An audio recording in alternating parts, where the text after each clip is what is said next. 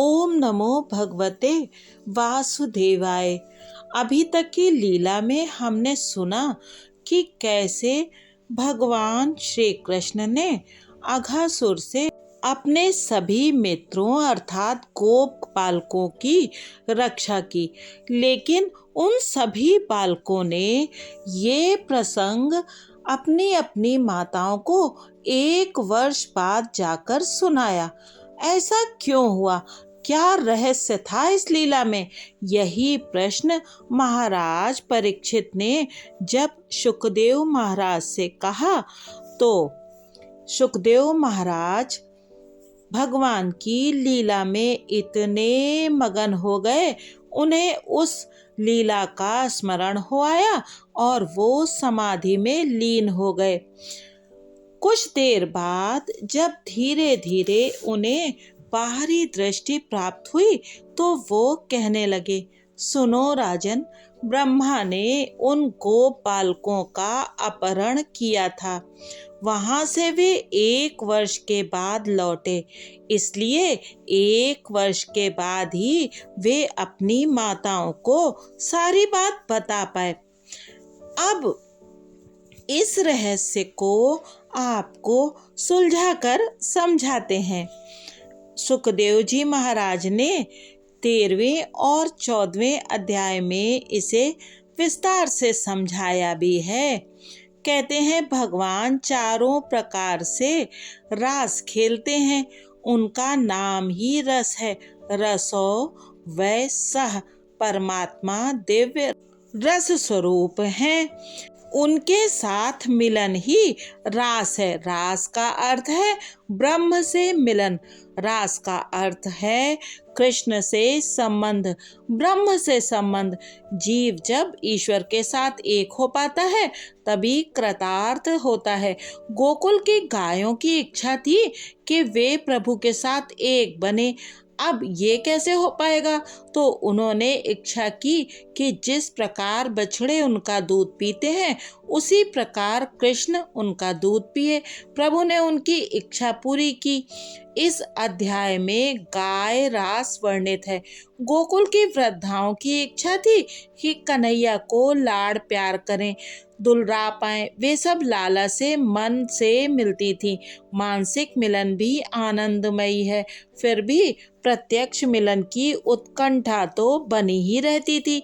इस अध्याय में वृद्धा गोपियों का रास वर्णित है। अघासुर के उदर से सभी गोपालक और बछड़े बाहर आए।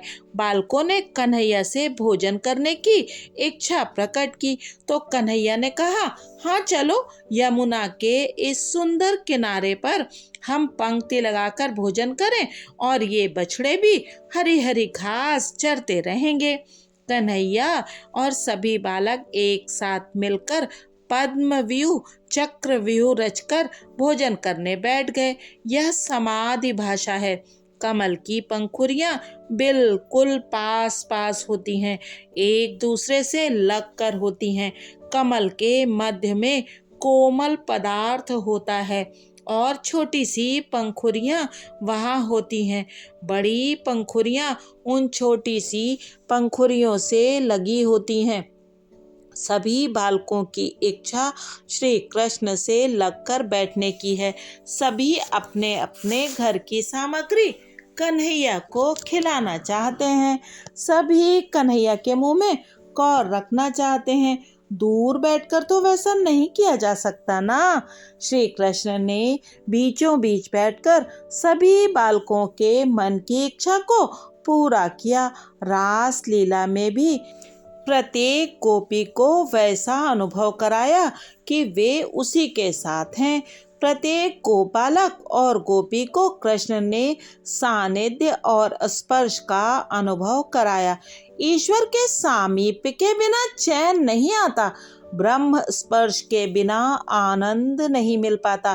प्रेम इतना शक्तिशाली है कि निरंकार को भी साकारता दे देता है। निष्काम ईश्वर भी प्रेम के कारण सकाम बन जाते हैं। कन्हैया अपने मित्रों को समझाता है, कभी अकेले ना खाना, अकेले खाने वाला बिल्ली बनता है। चोरी छिपे अकेले में खाना पशु धर्म है, अकेले कभी ना खाया जाए। ईश्वर सभी को समान आनंद देते हैं, मनुष्य विषमता देता है, विषमता बनाए रखता है।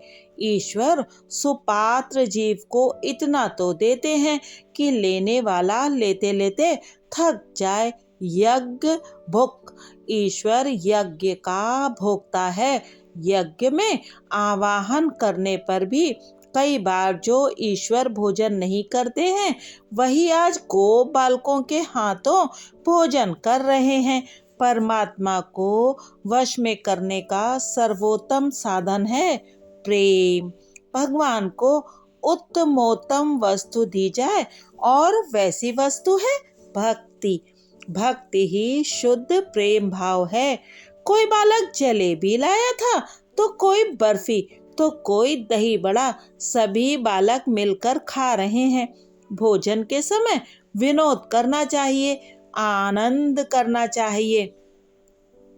कन्हैया ने कहा, अजी इसकी माँ दही बड़े सी गोल मटोल और पिता दुबला पतला। सभी हंस पड़े।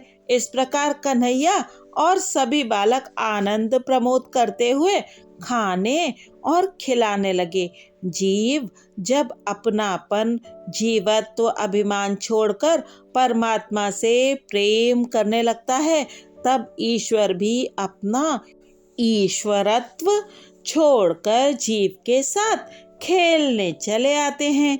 अभिमानी जीव अपने को शास्त्री, पंडित, ज्ञानी मानता है। वह भगवान को भी ललकारने लगता है।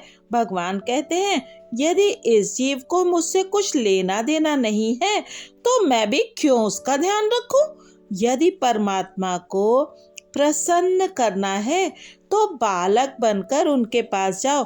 गो बालकों के साथ भोजन करते हुए भगवान की शोभा तो देखिए। उस समय श्री कृष्ण की छटा सबसे निराली थी।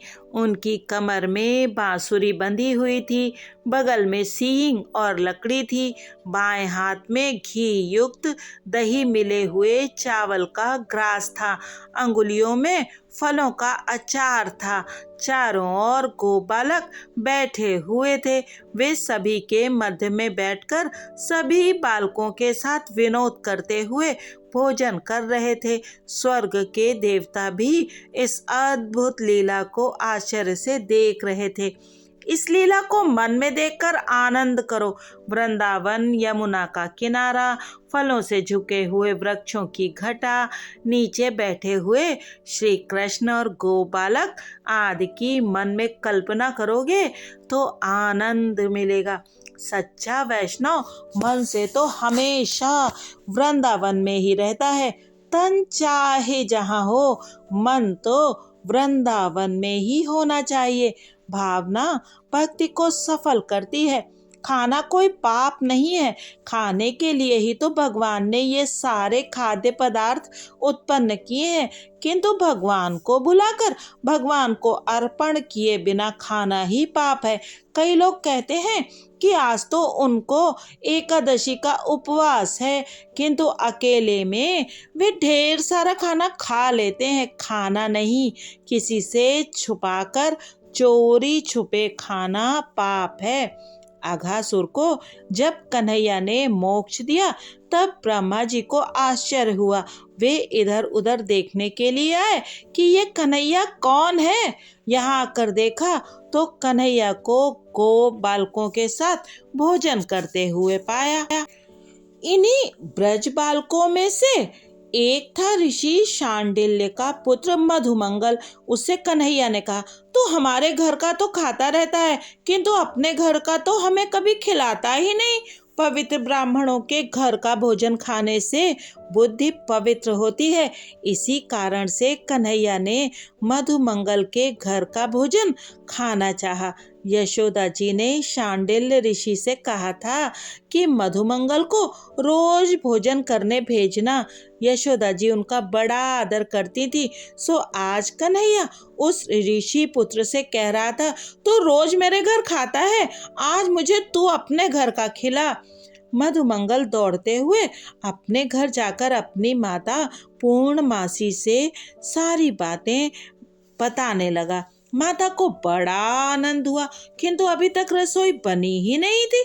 शांडिल्य ऋषि ब्रह्म मुहूर्त में शय्या त्याग करते थे, किंतु उनका नित्य कर्म रात्रि के 8 बजे समाप्त होता था। प्रातः काल में वे गायत्री मंत्र की 24 माला फेरते, पंचायत देवों की पूजा करते, पंचदेवों का अभिषेक, विश्वदेव यज्ञ होम, मध्याह्न संध्या, विष्णु सहस्त्र नाम का पाठ, भागवत पाठ और अंत में भगवान के नामों का 21 जाप। इतना सब करते करते सांझ ढल जाती थी। इस तपस्वी ब्राह्मण को खाने तक का समय मिलता ही नहीं था। सो वे रात्रि के समय फलाहार करते थे। एक बार भजनानंद मिला कि नहीं, फिर भोजनानंद। सांसारिक सुख नीरस लगने लगते हैं। हमारे जीव को भजन में आनंद नहीं मिलता है, सो अन्य विषयों में आनंद ढूंढता रहता है। ब्राह्मण अवतार तप करने के लिए है, विलास के लिए नहीं। भगवान नहीं चाहते हैं कि ब्राह्मण विलासी हो जाए। वैश्य और क्षत्रिय का विलास तो कुछ अंशों में क्षम्य है, किंतु ब्राह्मण का विलास अक्षम्य है। यदि अंत काल तक ब्राह्मण पवित्र रहे, विलास की कामना तक न करे, तो भगवान उसे दिव्य आनंद देते हैं। पतिव्रता का धर्म है, जब तक पति ने भोजन ना किया हो तब तक वह भी भोजन ना करे। शांडिल्य जी और पूर्णमासी जी अत्यंत पवित्र थे। पूर्णमासी जी भी पति के साथ साथ फलाहार ही करती थी। उनका एकमात्र पुत्र मधुमंगल तो यशोदा जी के घर भोजन कर ही लेता था, अतः पूर्णमासी जी कभी रसोई बनाती ही नहीं थी।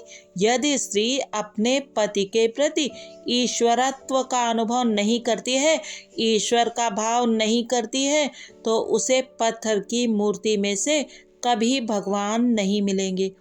जीवन की आवश्यकताओं के घटने बढ़ने के साथ साथ पाप पुण्य घटते बढ़ते जाते हैं। चाहिए का तो कभी अंत ही नहीं आता।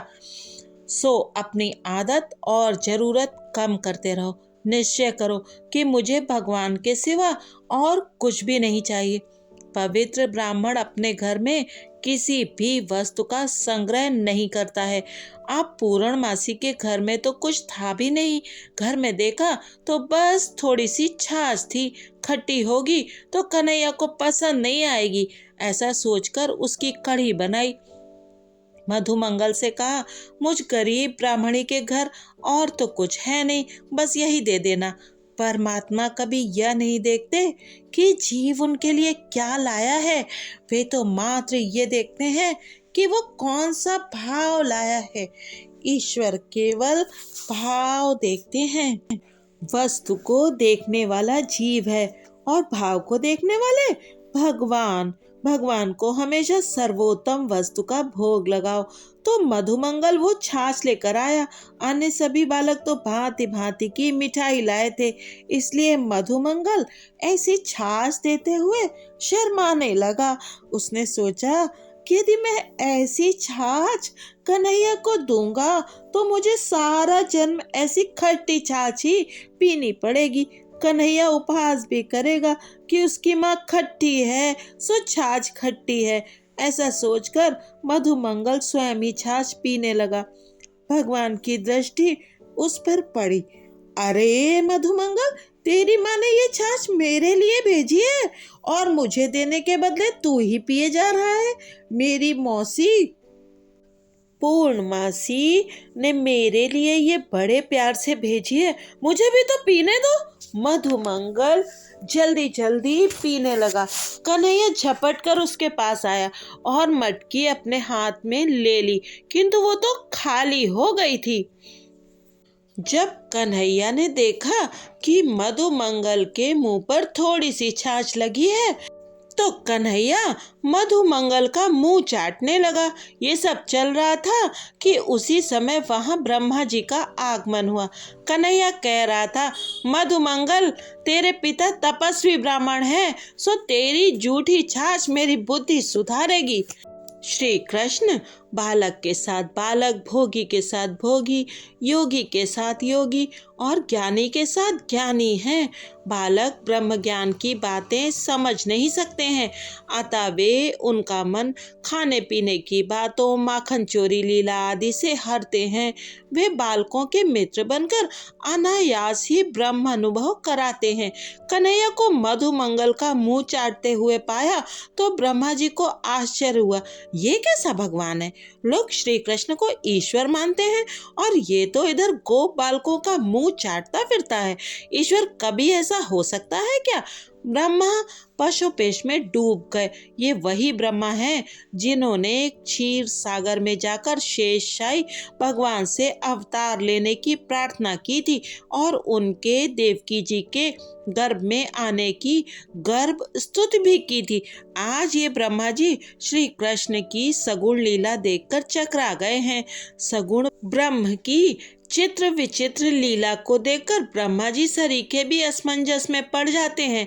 तो सामान्य जीव की तो बात ही क्या, निर्गुण ब्रह्म को समझना कुछ आसान है, किंतु सगुण ब्रह्म की लीलाओं का पार पाना बड़ा कठिन है। तुलसीदास जी ने भी कहा है, निर्गुण रूप सुलभ अति, सगुण न जाने कोई। ब्रह्मा जी का मोह और उसका नाश। ब्रह्मा जी ने परीक्षा लेने की सोची कि ये कृष्ण ईश्वर है या कोई साधारण देव।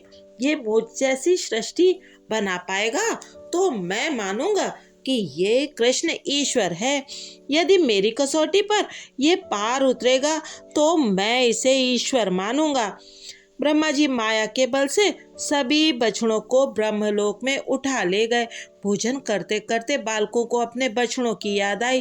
देखा तो बछड़े वहां थे ही नहीं। कन्हैया से उन्होंने बात की। कन्हैया ने मित्रों से कहा, तुम भोजन करो, मैं बछड़ों को ले आऊं।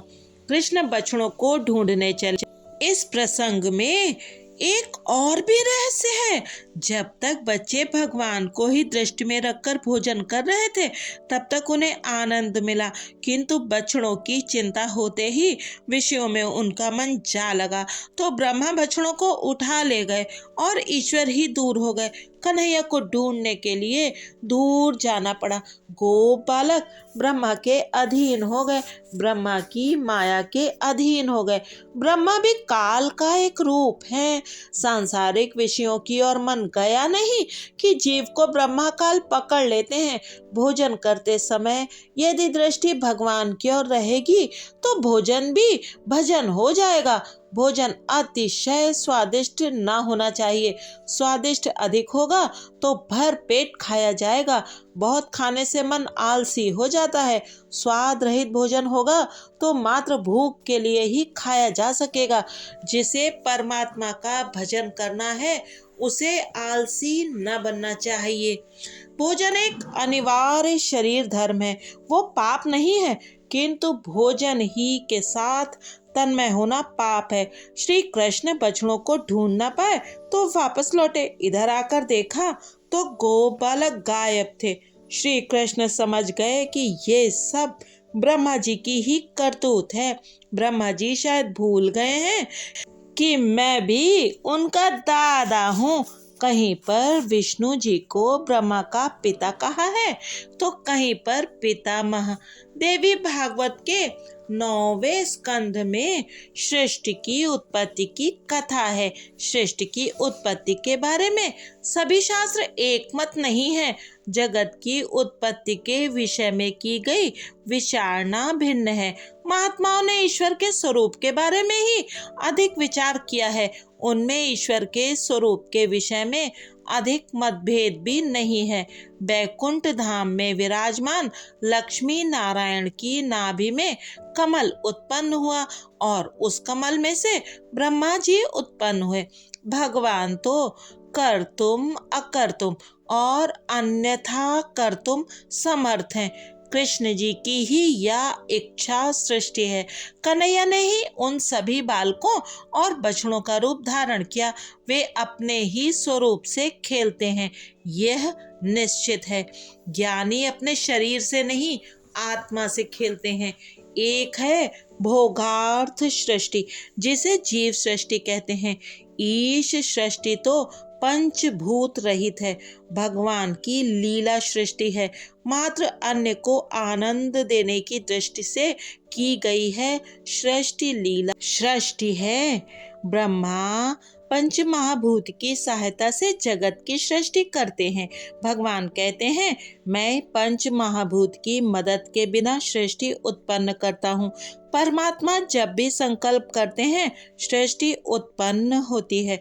जब ईश्वर पंच महाभूत को उत्पन्न करते हैं, तब उनके आधार से ही ब्रह्मा जी जगत को उत्पन्न करते हैं। द्रौपदी की साड़ी कौन सी मिल्की थी? स्वयं श्री कृष्ण जी ने ही वस्त्र का रूप लिया था। भगवान के संकल्प ने साड़ी उत्पन्न की थी। जिसे ईश्वर ढकते हैं, उसे कौन निवस्त्र कर सकता है? यह तो श्री कृष्ण का संकल्प था, लीला थी। श्री कृष्ण ने गोप बालकों की कमली, लकड़ी आदि के अनेक रूप धारण किए। वैष्णव ब्रह्म के परिणाम वादन में विश्वास रखते हैं और वेदांती विवर्तवाद में। जगत गुरु श्री शंकराचार्य जी का वाद विवर्तवाद है। ये जगत मिथ्या है, असत्य है। इसके अधिष्ठाता सत्य होने के कारण यह जगत सत्य रूप भासित होता है। वस्तुतः ईश्वर तो एक ही हैं, एक ही परमात्मा अनेक रूप धारण करते हैं, किंतु उनके वे स्वरूप सत्य नहीं है। अविद्या के कारण असत्य जगत सत्य आभासित होता है। फिल्म में तो हम देखते हैं कि हनुमान जी लंका को जला रहे हैं, किंतु पर्दे का तो एक धागा भी नहीं जल पाता, क्योंकि यह आभासी सृष्टि है, चित्र नहीं। पर्दा सत्य है, अधिष्ठान सत्य है। ब्रह्म स्वरूप फलक सा है और जगत चित्र सा। माया के कारण ये सब दिखाई दे रहा है। श्री महाप्रभु जी कहते हैं, ब्रह्म निर्विकार है, फिर भी ब्रह्म का परिणाम होता है। दोनों सिद्धांत सत्य हैं। श्री कृष्ण सत्य हैं और उनके कारण ही लाठी का भास होता है। ब्रह्म निर्विकार रहते हुए भी विकारी होते हैं। परमात्मा से मिलने की गायों की इच्छा थी, सो कृष्ण ने बछड़े का रूप धारण किया। असली बछड़े तो ब्रह्मलोक में थे। जिन बछड़ों ने स्तनपान छोड़ दिया था, वे भी आज स्तनपान कर रहे हैं। गायें भी बड़े बड़े बछड़ों को स्तनपान कराने लगी। वह दृश्य देखकर बलराम जी को पहले आश्चर्य हुआ, किंतु उन्होंने अंतर्मुख होकर देखा तो पाया ये सब बछड़े तो कृष्ण के ही रूप हैं। जिन वृद्धा गोपियों को श्री कृष्ण से मिलने की इच्छा थी, उनके साथ आज श्री कृष्ण ने गोप बाल लीला की। गोपियां अपने बाल रूपी कन्हैया को उठाकर गले लगाने लगी। गोपियों को परकिया नहीं माना गया है, परकिया भाव माना गया है। श्री कृष्ण सभी के पति हैं, सो गोपियों के भी पति हैं। इस दृष्टि से रास लीला में कोई भी गोपी परकिया नहीं थी। किसी संत ने बताया है कि ब्रज और गोकुल में कोई परकिया नहीं। कारण ये है कि प्रभु जब वत्स लीला कर रहे थे, तब ऋषि शांडिल्य ने आज्ञा की थी कि इस वर्ष भगवान श्री कृष्ण ने गोप बालकों का रूप धारण किया है, अतः यह समय बड़ा उत्तम है, सब अपनी अपनी कन्याओं का विवाह कर दें। तो सभी ने अपनी कन्याओं का विवाह उन गोप बालकों के साथ कर दिया, अर्थात सभी गोपियों का विवाह श्री कृष्ण जी के साथ ही हुआ था। सो रास लीला में परकिया नारी का प्रश्न ही नहीं उठता। श्री कृष्ण के लिए कोई भी स्त्री पर स्त्री नहीं थी। वे तो सभी के स्वामी हैं, सर्वेश्वर हैं। भगवान श्री कृष्ण ने बछड़ों और बालकों का रूप धारण करके गायों और वृद्ध गोपियों को ब्रह्म संबंध से लाभान्वित किया। सभी को ब्रह्म संबंधी ब्रह्मानंद का अनुभव कराया। भगवान श्री कृष्ण ने प्रसिद्ध वेद वाक्य सर्वम विष्णुमयम जगत को आज इस प्रकार चरितार्थ किया। नरसिंह मेहता जी ने भी गाया है, उस समय यह संपूर्ण जगत विश्वरूप है। यह वेद वाक्य मानो मूर्तिमंत हुआ। निज इच्छा निर्मित तनु ईश्वर है और कर्म निर्मित तनु जीव। भगवान ने इस प्रकार पूरे 1 वर्ष तक लीला की। भागवत ने ब्रजवासियों की लीला के 4 प्रकार बताए हैं। रास लीला 4 हैं।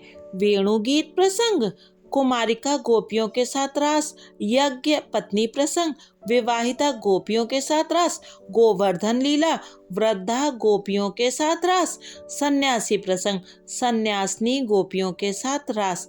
मुख्य रास लीलाएं इस प्रकार हैं: गोप बालकों के साथ, गायों के साथ, गोप युवतियों के साथ। अब रास का अर्थ भी देख लें। परमात्मा रस स्वरूप है। रसो वै सह, इस रस रूप ईश्वर के साथ तादात्म्य होना ही रास है। परमात्मा से जीव का मिलन रास है। श्री कृष्ण ने आज जब बालकों और बछड़ों का रूप धारण किया तो वे गोपियां और गाय पहले से भी अधिक प्यार अपने अपने संतानों को करने लगीं। ब्रह्मा जी पृथ्वी पर यह देखने के लिए दूसरी बार आए कि बालकों और बछड़ों के बिना इधर क्या हो रहा है। उन्होंने देखा तो पाया कि सब कुछ पूर्ववत चल रहा है। वही बालक और वही बछड़े और श्री कृष्ण उन सब के साथ खेलकूद में मगन। ब्रह्मा जी सोच में डूब गए। ये बालक बछड़े सच्चे हैं या वे सच्चे हैं जिन्हें मैं ब्रह्मलोक ले गया हूँ। अन्य के साथ खेलने वाला दुखी होता है। ज्ञानी पुरुष अपने आत्म स्वरूप में ही रमण करते रहते हैं। भगवान अपने ही स्वरूप के साथ खेल रहे हैं। श्री कृष्ण तो योगेश्वर हैं। कृष्ण ने एक और लीला करने की सोची। उन्होंने ब्रह्मा का रूप धारण किया और सेवकों से कहा, एक नकली ब्रह्मा आजकल इधर उधर घूमता रहता है, वो यदि यहाँ आ जाए तो उसकी भली भांति मरम्मत कर देना। सोच में डूबे हुए ब्रह्मा जी जब ब्रह्मलोक में पहुंचे तो सेवकों ने उनकी मरम्मत करनी शुरू कर दी। तू तो नकली है, सच्चे ब्रह्मा जी तो राजप्रासाद में बैठे हुए हैं। ब्रह्मा जी ने आंखें बंद करके ध्यानावस्थित होकर देखा तो अपने सिंहासन पर श्री कृष्ण को बैठा पाया। सभी बालक और बछड़ों में भी उन्हीं को पाया। परम ब्रह्म का उन्हें दर्शन हुआ। ब्रह्मा जी बाल कृष्ण की परीक्षा लेने चले थे, किंतु स्वयं उन्हीं की परीक्षा हो गई। कृष्ण में नारायण स्वरूप का दर्शन हुआ। मेरे नारायण ही श्री कृष्ण का रूप लेकर आए हैं। ब्रह्मा जी स्तुति करने लगे। ब्रह्मा जी की वह स्तुति बड़ी अद्भुत है। व्यास जी ने इसमें चारों वेद एकत्र कर दिए हैं। आपका स्वरूप वर्षाकालीन मेघ के समान श्याम है। उस पर पीतांबर बिजली की भांति दमक रहा है। कानों में गुंजा के कुंडल और सिर पर मोर पंख का मुकुट है। आपके मुख की शोभा अनोखी है। वक्ष स्थल पर वनमाला झूल रही है। हाथ में दही भात का ग्रास, बगल में लकड़ी और सींग तथा कमर पर बांसुरी बंधी हुई है। कमल से भी कोमल चरणों वाले और मधुर गोपाल वेशी आप परमात्मा की मैं वंदना करता हूँ। श्री कृष्ण मेघ के समान श्याम है। परमात्मा ने मेघ समान वर्ण धारण किया है, क्योंकि मेघ संत है। मेघ नमकीन पानी पीकर लोगों को मधुर जल देता है। नमकीन पानी दुख का और मीठा पानी सुख का प्रतीक है। अतिशय दुखी को सुखी करके जो दूसरों को सुख देता है वही संत है। स्वयं सुख भोग कर दूसरों को सुखी करने वाला सज्जन तो है, किंतु संत नहीं है। कृष्ण के गले में गुंजा माला है। माता यशोदा द्वारा पहनाई गई मोती की माला कन्हैया ने दूसरे गोप बालक को दे दी थी। घर आकर माता से उन्होंने कहा, माँ मैं ये कंठी लाया हूँ। मोती की माला तो मैंने अपने एक मित्र को दे दी। लाला को तो गुंजा की माला ही बड़ी प्यारी लगती है। इसी कारण से तो श्रृंगार की समाप्ति गुंजा माला से की जाती है।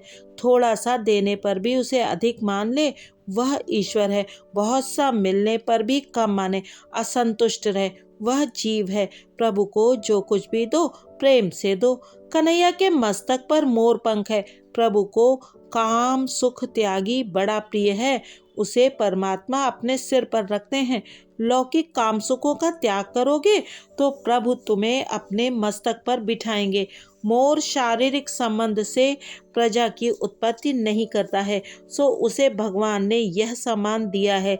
ब्रह्मा जी परमात्मा की स्तुति कर रहे हैं। आपका स्वरूप पंच महाभूतों का नहीं किंतु स्वयं सर्जित है। परमात्मा का स्वरूप अप्राकृत अलौकिक है। जीव को तो उसके पूर्व जन्म के प्रारब्ध कर्मानुसार शरीर मिलता है। परमात्मा स्वेच्छा से शरीर धारण करते हैं। मनुष्य को उसके कर्मानुसार शरीर मिलता है। परमात्मा स्वेच्छा से शरीर धारण करते हैं या फिर भक्तों की इच्छा के कारण। निराकार निजानंद ने आज श्री कृष्ण के रूप में अवतार लिया है। परमात्मा के अंग अंग आनंद स्वरूप हैं। उनका स्वरूप अलौकिक अप्राकृत है। परीक्षा लेने के लिए गए प्रयत्न के कारण ब्रह्मा जी ने प्रभु से क्षमा प्रार्थना की। गर्भ में पल रही संतान का प्रहार माता को क्रोधित कर नहीं पाता। माता को तो क्रोध की अपेक्षा आनंद ही होता है। इसी भांति मेरे अपराध को क्षमा कर दीजिए। ब्रह्मा जी कहते हैं, मेरा शरीर पंच तत्वों से बना हुआ है किंतु आपका शरीर तो केवल आनंदमय है। मिश्री के खिलौने मिश्री ही हैं, हाथी घोड़े नहीं। उनकी टांग तोड़कर दूध में डालोगे तो दूध मीठा हो जाएगा। इसी तरह निर्गुण में से सगुण बने हुए परमात्मा भी आनंद स्वरूप हैं। भगवान श्री कृष्ण का शरीर पूर्ण आनंदमय है। ब्रज की गायों और स्त्रियों को तो धन्य है जिनके दूध रूपी अमृत को पीने के लिए आपने बछड़े और गो बालकों का रूप धारण किया। आप वो हैं जिनको संतुष्ट करने के लिए कई यज्ञ यागादि कार्य असमर्थ रहे हैं। गोकुल वृंदावन में जन्म पाने वाले सभी महाभाग्यशाली हैं। जब तक मनुष्य प्रभु के भक्त नहीं होते हैं तब तक उनके लिए राग द्वेष आदि चोर समान है। घर कारागृह है और मोह पांव में पड़ी जंजीर के समान है। भक्त बनने के बाद ये सब मोक्षदाता बन जाते हैं। सभी प्राणियों की आत्मा है श्री कृष्ण। समग्र जगत श्री कृष्ण से व्याप्त है। जो मनुष्य मुरारी भगवान के चरण पल्लव रूप नौका का आश्रय लेते हैं उनके लिए ये संसार समुद्र केवल बछड़े के खुरों के निशान जितना ही गहरा है और वे इसे अनायास ही पार कर जाते हैं। भक्ति के बिना मात्र ज्ञान प्राप्त करने का प्रयत्न तो छाल को ओखली में रखकर कूटने जैसा है जो निष्फल ही रहता है। मात्र भक्ति ही मोक्षदायिनी है। ब्रह्मा जी ने वंदन और स्तुति करके क्षमा याचना की। ब्रह्मा जी ने भोजन में विक्षेप किया था, अतः स्तुति समाप्त होने पर भी श्री कृष्ण जी मौन ही रहे। किसी के भोजन और नींद में बाधा डालना पाप है। ब्रह्मलोक में नींद में सोए हुए बालक 1 वर्ष के बाद जागे। उन्होंने सोचा आज ही लीला हुई है। ये लीला 1 वर्ष तक चली, सो वे अघासुर वध की कथा अपनी माताओं को जल्दी कह न पाए।